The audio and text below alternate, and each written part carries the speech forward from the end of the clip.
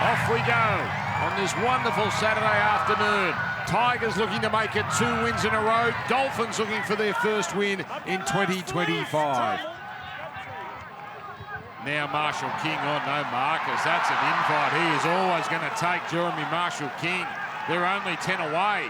2 tackles left. Tabi Waifito Katoa this time goes outside and it just opens up for Bostock and he's on the board quickly. He's a try scorer in 2025. Yeah, he's backing up from 14 last year. Excellent first full season, Jack Bostock. Tigers closing in. Coruscant to Luai. Luai showing and giving it to Bowler. On it goes. Taruva is over. The big names from the Tigers combine, and Taruva picking up from where he left off against the Eels. That's a terrific hit back from the Tigers. Up we go now with Jerome Luai. Hammer under pressure. Buller bats it back. Off the leg of Galvin, but it's hit Buller. That's got to be offside. Yeah.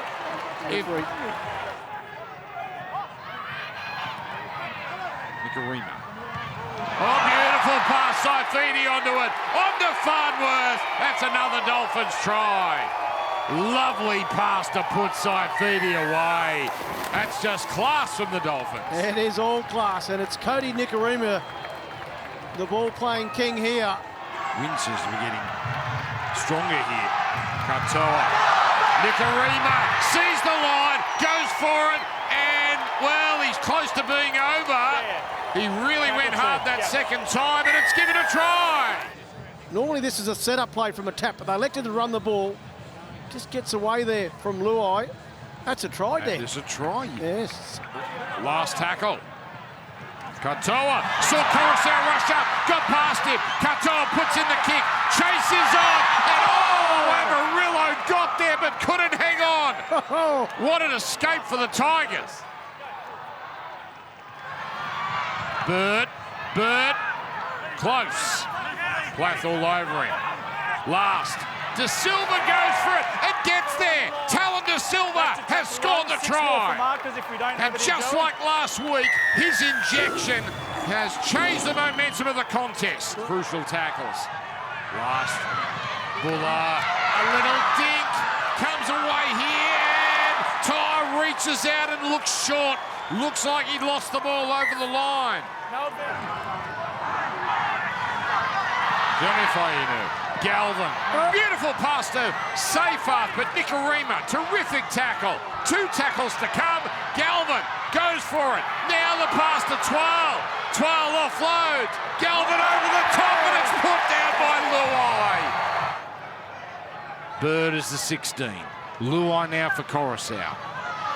Coruscant to Galvin. The floating pass. They've got numbers. To'a, early ball. Taruva got it down. Taruva is in.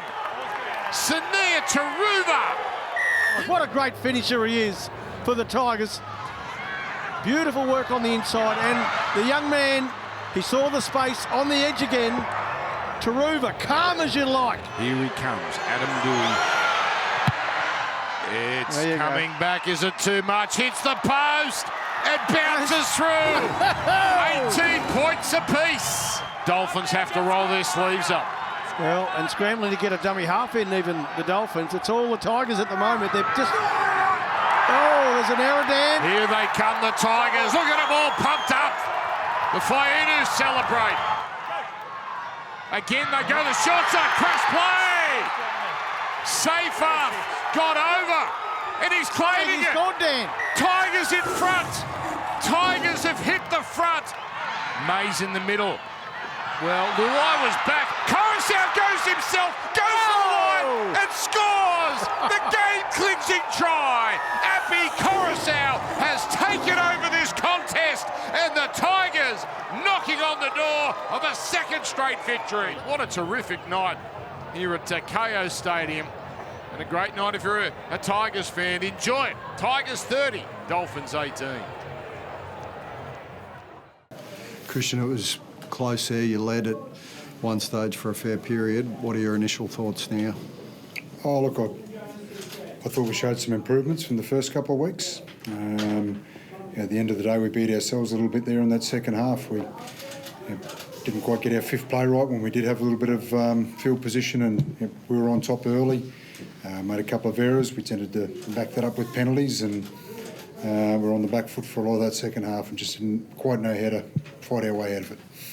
Were you disappointed no one really stood up in your spine to put their mark on the game like Happy did for West? Because you had that in the first half with Cody, he really played well, but then when the game was on the line, you didn't seem to have anyone.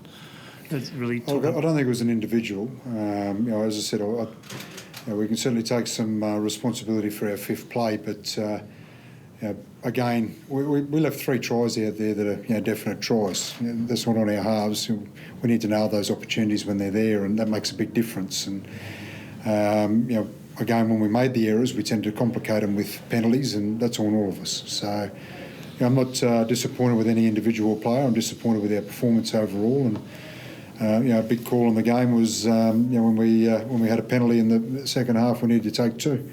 We'll make sure we do that in future, and that was probably the biggest turning point. Did you make a call that they should have taken the 2 there? How did that unfold? Was that on you? No, it's on me. I allowed them to play some footy there, and as I said, that's something we need to learn from. So what was your message in the sheds after the game to the team?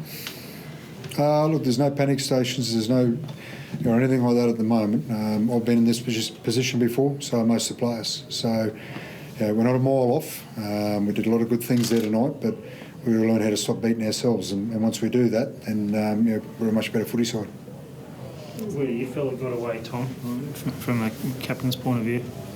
Yeah, probably our transitions, how we handed over the ball and how they did. I think they wanted to stay in the contest a little bit more with some smarter decisions, and we probably lacked them. And how we turned over the ball probably cost us a little bit of energy, and they gained a little bit from it. Do you feel like you're close to getting your first win? I mean, it's been a tough start. Obviously, you had a lot of adversity early in the piece, but you're back home tonight. You couldn't get it done. But what gives you confidence you can get this show on the road? Yeah, obviously, I think we've definitely left 2 games out there, and it's probably on our own fault. So I know the group we have, and I know that we're keen and hungry, and we want to be better.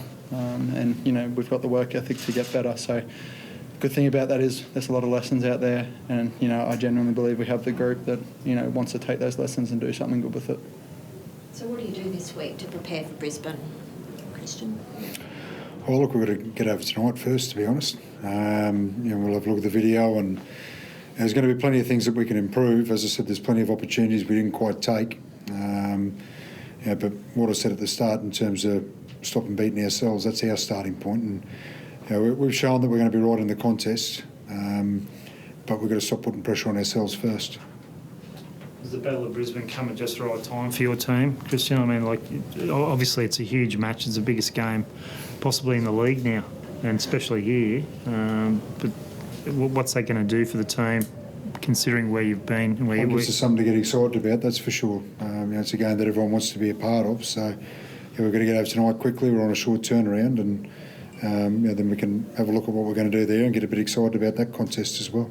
You must be stewing to get into that one, Tom. You've only played one, I think. You saw the team from the sideline last year put the cleaners through Brisbane, so you know it can be done. How do you look at that? Yeah, definitely. You've got to digest tonight and just approach the week the right way. Obviously, it's Friday night, so it's a short turnaround. It's a big game, so no doubt we'll be up for it. We just got to digest tonight in the right way and be positive about how we can fix it. Benji, what are your initial thoughts about that victory? There's obviously a lot to like. Before we start, we got one of our own, Shane Richardson's daughters, in hospital doing a bit tough, so I'd just like to give her a shout out to Georgia on behalf of all the club. That win was for you. So, just on the game, that was stressful. Honestly, we started a bit slow, got behind on the scoreboard, and just the fight and the determination in the second half into the wind. Some big efforts from some of the boys there to get us home, really, really proud as a coach of that effort. What did you like the most? What pleased you the most? Because obviously you touched on, you were trailing 18-6. There were large periods of the game where it was in the balance and they found a way to fight. Oh, the resilience to keep fighting to the end.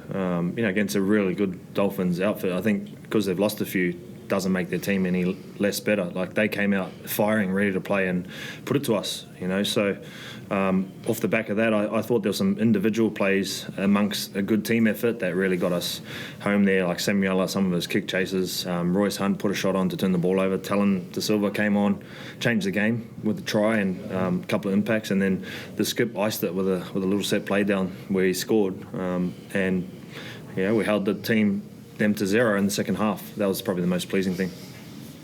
Looks like you can win different ways this year, Benji. Like, you obviously dominated last week, and this time it really tested, like you said, your character. Is that? I mean, it's only 2 wins, but what does that tell you about your team, maybe?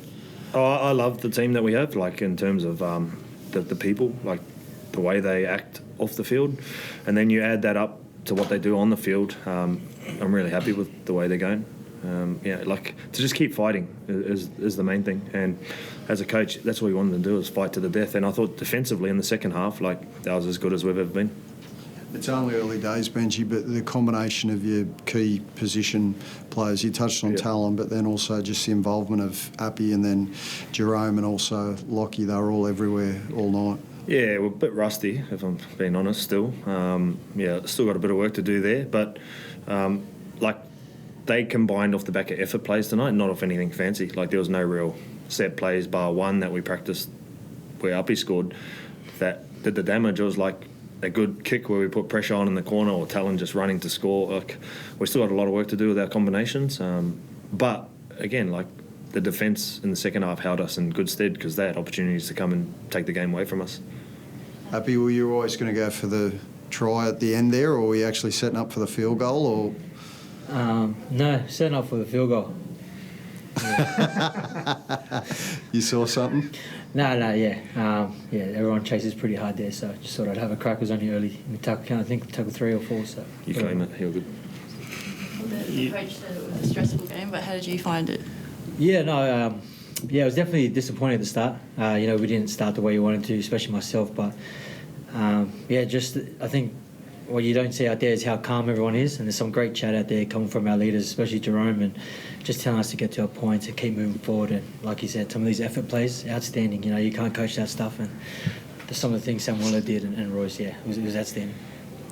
In terms of the injuries as well, like, obviously had to play with only a 15-man rotation at the end. How's Jarrell and also Samuela?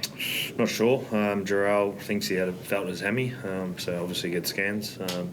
I thought he was outstanding for us before he went off. And then Samuela, not sure. Again, like, we'll find out probably more Monday. But again, like, I just thought guys stepped in. Like, Adam hasn't played on the wing ever since he probably at South. Did a real good job there for us. Birdie hasn't done much centre. Did a real good job there. So that's what it takes to be the team we want to be. But again, like, we've won 2, which is mad for our fans and for us. But at the same time, like, I feel like we've got a lot of work to do still. A lot. In terms of Lockie's involvement, he's obviously been in the headlines a hell of a lot already all season. How did you see his performance? Yeah, he was outstanding again. Like, and that's the thing. I spoke to Lockie before the game. His favourite day of the week is game day. Like, he finds the energy on game day, and if you check the GPS, he's always the most involved, does the most kilometres. He wants the ball. He's everywhere. Sometimes to his detriment, but we encourage him to play footy and play the way he plays. And there was a moment there where I think he threw that tunnel ball out to our right, and Taruva scored. That was off the back of his good play. So we like what he's doing. And again, in those situations, your footy just does the talking, and the rest gets taken care of. How do you see Lockie's development? Happy? I mean, you've played with Jerome obviously before, and you saw what he was like when you were playing with him at Penrith. Do you see similarities in that desire to take the game? Yeah, definitely. He's one of those kids that just likes to play footy. He wants the ball in his hands, and if he wants it, we give it to him. And we proved today, he's very good at footy. So you just give him the ball, let him do what he needs to do, and Jerome's there running the team. And he's lucky. He's got guys around him that put him in positions where he can thrive, and he doesn't have to think too much. And then if he has to take the ball at first receiver, he can as well. So having guys like Uppy, Jerome as a foil is really good for him.